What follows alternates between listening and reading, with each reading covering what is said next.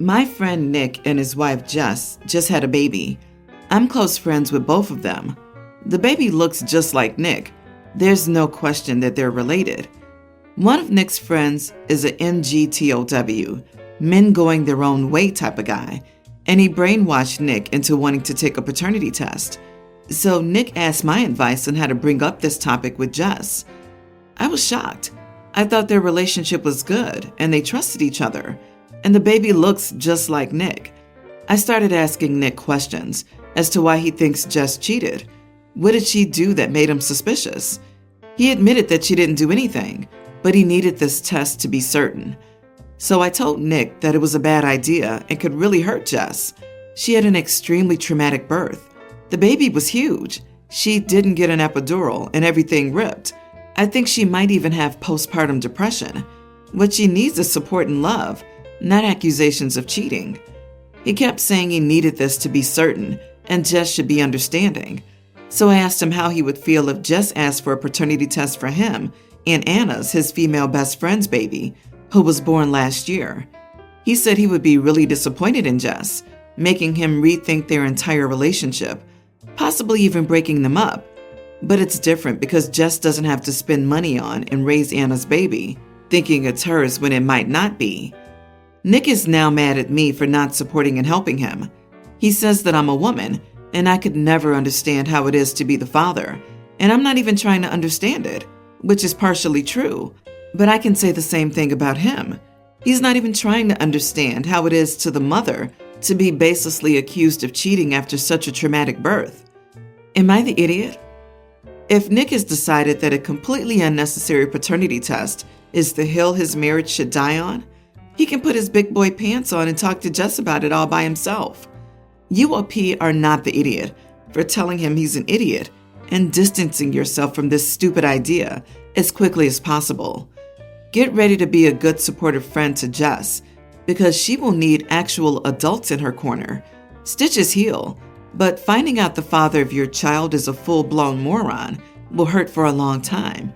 Poor Jess. This guy is about to kill his marriage. If that's what he wants, he should go ahead. Maybe they'll recover from him completely destroying the trust in their relationship. The problem is that Nick's friend got into his head and convinced him that the child might not be his. He won't recover from that either, even if he lets go of that stupid idea. There will always be a doubt nagging him. He should really lose this guy as a friend because he isn't. He's an idiot. I feel that it didn't take a lot for Nick's friend to actually get Nick to believe he needs to do a paternity test. At this point, I tell him just to say to Jess he wants a paternity test.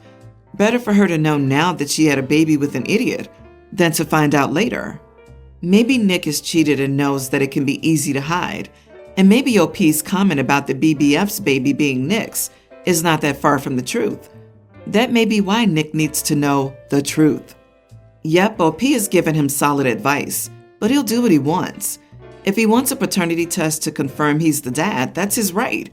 But if I was married, gave my husband no reason to suspect I was cheating, just went through a horrible delivery and was struggling physically and mentally during recovery, and my partner asked for a paternity test, aka implied he doubted my fidelity, I think that would damage the relationship to the point where I couldn't even look at him the same. Honesty and communication are key in a relationship. Still, in this instance, I would rather he did the test without me knowing, because I'm not sure if I would be forgiving while still having stitches in my body from birthing his kid. What is it with these men in stable relationships needing to know that the baby is theirs, that they'll only pay for a kid they 100% know is theirs? Without considering how it hurts their partner, they'll be accused of cheating and basically inferring that the mother is using them for their money. It's disgusting. I am a widow who, from my previous marriage, has 2 daughters, a teenager and a tween. I remarried 2 years ago to a divorcee who also has a tween daughter after dating him for 4 years. We met through our younger girls, both doing swimming. This isn't a case of me splitting him up from his ex-wife, as I know some will likely ask that. Things with his ex-wife have been cordial, though not particularly warm. He moved into my house and I converted my office into a bedroom for her when she visited, so she'd have her room, and set up an office space in our bedroom instead. My daughters love their stepsister and treat her just like another sister. My youngest and her especially get on as they're already friends. I recently got offered a promotion, meaning we'd need to move to the city, which is more expensive. We'll be selling the current home to fund this, but based on our current savings and the money we'd get from the sale, the only houses in our price range are 3 bedrooms. Not ideal, but we can make it work. The plan was for my husband and me to share one room, my oldest daughter to have her own room, and my youngest daughter to share a room with her stepsister. They'd also get one of the larger rooms. When his ex-wife dropped her off, we filled her in on the plans and properties we'd been looking at, keeping her up to date. After all, her kid will be staying with us sometimes. She has a right to be informed of this matter. But she didn't like that her daughter would have to share a room as she'd never done that before. I tried to assure her it'd be fine, that the girls get on well, and they'd have a larger room to prevent squabbling over space. She was still not happy about this and told me, if anything, my daughter should share a room and leave a room free for her daughter. I told her my teenage daughter wasn't going to share a room with her little sister and leave her room free for whenever my stepdaughter came to stay, that my daughters would be the ones living in the house full time, so they needed their own space. My husband added here that that wasn't a fair request, and at least the 2 younger girls are friends. She insists we should get a mortgage to pay for a bigger place if our savings in the sale can't give us enough money to buy somewhere big enough. Now, this could be an option, but neither of us is keen on starting out with debt, and I personally feel that this is none of her business. We fought more until finally, I told her to get over herself, that it wasn't like I was making her daughter sleep on the couch or putting her in with a much older kid, or one that her daughter couldn't stand. That to the younger kids, it'd be just like a sleepover. Heck, even with their own rooms, they sometimes do this. Maybe I'm the idiot for snapping, but I just reacted to her continual pushing. My husband understands why I did this, but says maybe I went too hard too fast. I hate that I may make things more awkward in the future through this. Not the idiot. She didn't even ask your stepdaughter if she's cool with it. She just started to complain and demand. If she wants you to have a bigger house for the sole purpose of sometimes housing her daughter, then maybe she should offer to pay for it. Also, the younger kids get along, are a similar age. One of them is there full-time, the other part-time. It makes more sense for them to share the room than to have an empty bedroom sitting there when stepdaughter isn't there, while forcing 2 kids who are in totally different development stages to share a room. Finally, your husband's ex-wife should drop her entitled attitude. I bet you the young girls will be happy to have these sleepovers. You are the idiot. Why exactly are you unwilling to take out a small loan to cover the price gap between a 3-bedroom and 4 bedrooms, knowing that you can easily pay the loan off in just a few years? You'll be able to afford the small monthly payment and will easily be able to pay the loan off well in advance. So why not make an effort to get a house that has a room for all the kids? I mean, you do understand that the younger girls will only be willing to share that room for a couple more years before they start to hate the older daughter because she has her own room, don't you? So do yourself a favor. Find a house large enough for each child to have their own room. So my 28 female, husband 31, had to spend 2 months in a different state for work. He came back 9 days ago. I'm obviously thrilled he's back, and I've missed him a lot. I was hoping we could spend some time together, just the 2 of us. However, his mom, 56, came over when he was supposed to come home. I was slightly annoyed, but I know she was just excited for her son to be back. However, she never left. Like, I was prepared to deal with her being here for a day or 2, but not 9 days. Because she's been here 9 days, we haven't had a second of time together. She insists on staying here instead of a hotel. For the record, she lives an hour away. The guest room is right next to ours and the walls are thin.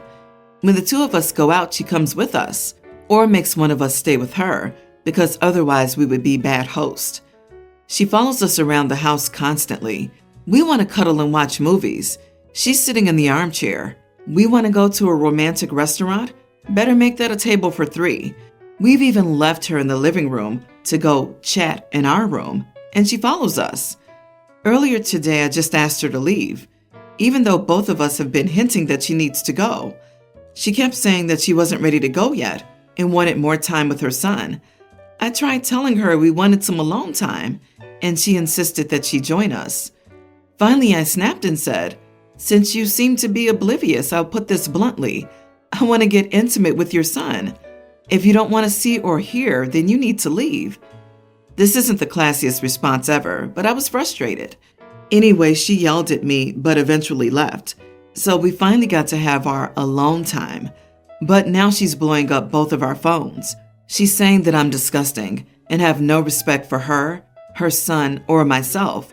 She keeps telling my husband that he shouldn't be with someone so crude, and how dare he let me speak to her like that. I'm sure you get the idea. I know what I said was inappropriate. So, am I the idiot? Why don't you and your husband have any boundaries with this woman? You're both adults letting her treat you like naughty teenagers. And how's your husband responding to her blowing up your phones and calling you names? He should be telling her that he won't allow her to speak to his wife like this and laying down firm boundaries for future visits so this doesn't happen again. This lady's trying to break up your marriage. And hello, she only lives an hour away. I live an hour away from work. So do you think I'd want to sleep here? She had an agenda, maybe to keep you all from having kids? If OP hadn't snapped, mother-in-law would still be there talking about redecorating the guest room. Maybe next time OP's husband's out on a trip, he can shop for matching spines. I had to scroll back up to see how long he's been away. I was thinking years, not months. But her son was away for 2 months? That's nothing. A couple of days or even an afternoon would be a good catch-up for the vast majority of people after only 2 months apart. Instead, she needed to go home 9 days ago after coming for dinner. Yeah, there's a mother-in-law problem here, but there's also a husband problem. He didn't have to make you the bad guy, and he didn't have to hint at her to leave. It's his home too. He can just say, "Thanks for coming, Mom, but we have personal things to attend to, so you need to go home. I'll help you pack your car. Be safe and we'll talk in a few days. Love you." I am a mom of 2 girls. My oldest is a teenager, and I adopted her when she was 2 years old.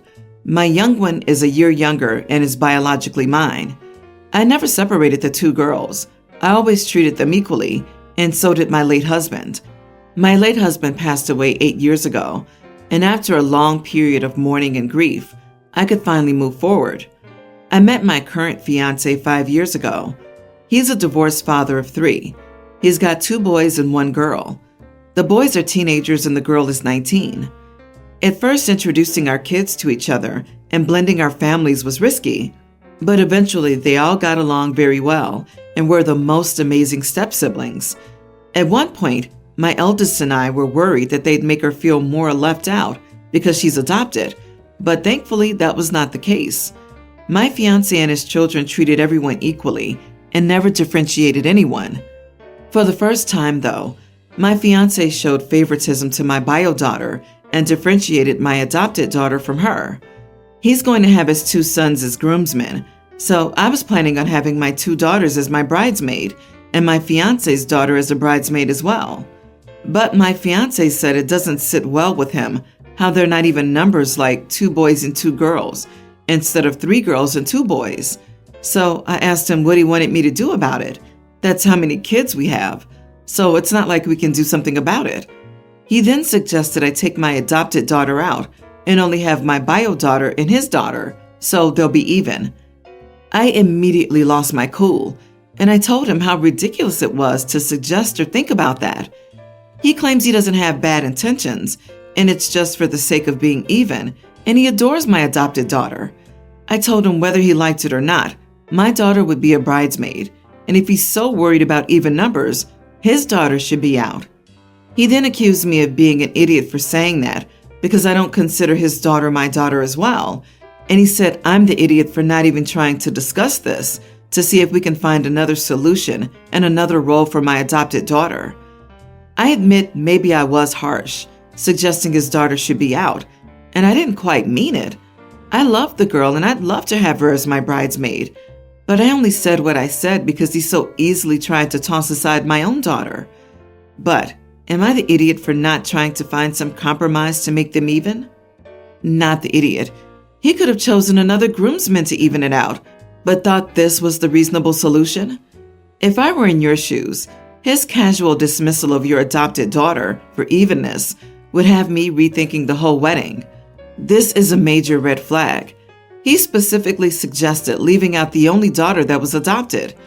When you suggested leaving his daughter out, he lost his mind. I think you need to consider whether you should get married now. Seriously, family counseling might be useful. Yeah, be careful whether this was a momentary slip of logic on his part or indicative of his real feelings. OP, are you sure you know what you're getting into? I mean, his feelings towards your daughter are pretty clear. Imagine hurting a kid this badly for even numbers at a wedding. I think he's been hiding his real feelings, or you've been missing little signs. Think long and hard before you marry this guy. My teen mom took a job in Texas last year and moved us from our home in Eugene, Oregon to Dallas.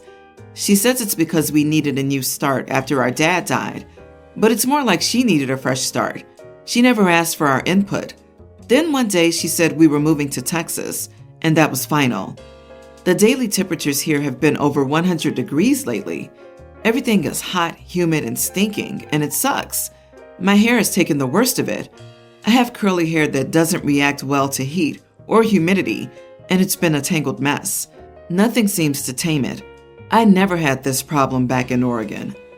Yesterday while Mom was at work, I got fed up with trying to comb out my hair and instead got some clippers at Walmart and shaved my head.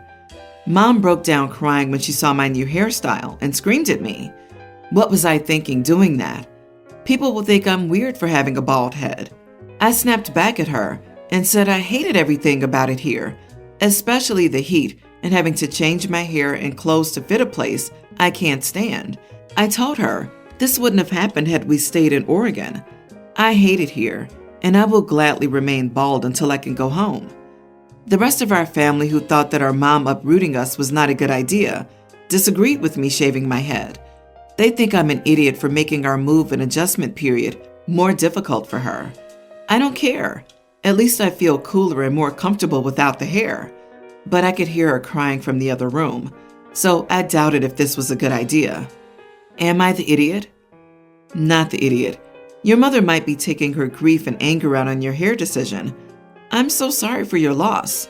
Is it possible to sit her down and talk with an adult member of the family or a friend you both trust to act as a mediator so you can speak to her and not have your emotional needs dismissed? Not the idiot. You were going through a huge change and decided for your own body to make yourself more comfortable. There's nothing wrong with that, but I know someone who lost their significant other. She and the kids couldn't find a job, lost their house, and struggled to put food on the table. They moved in with grandparents, and the kids had to get jobs to help. If your mom moved because she needed a job, she probably didn't have a choice. OP's acting like this was just a choice her mother made, that she could have decided to stay in Oregon, but wanted to punish OP for some reason. I would take a teenage daughter not fully understanding reality, blaming her mother for things out of her control, and making everything about themselves for 500. I honestly doubt the mother moved to Texas to spite the daughter. OP, her crying right now most likely really isn't about your hair. Your hair may have started the crying, but it's about something deeper. Odds are it's about life and she's trying, but it doesn't feel like it's working. She tried to make things better, but she didn't.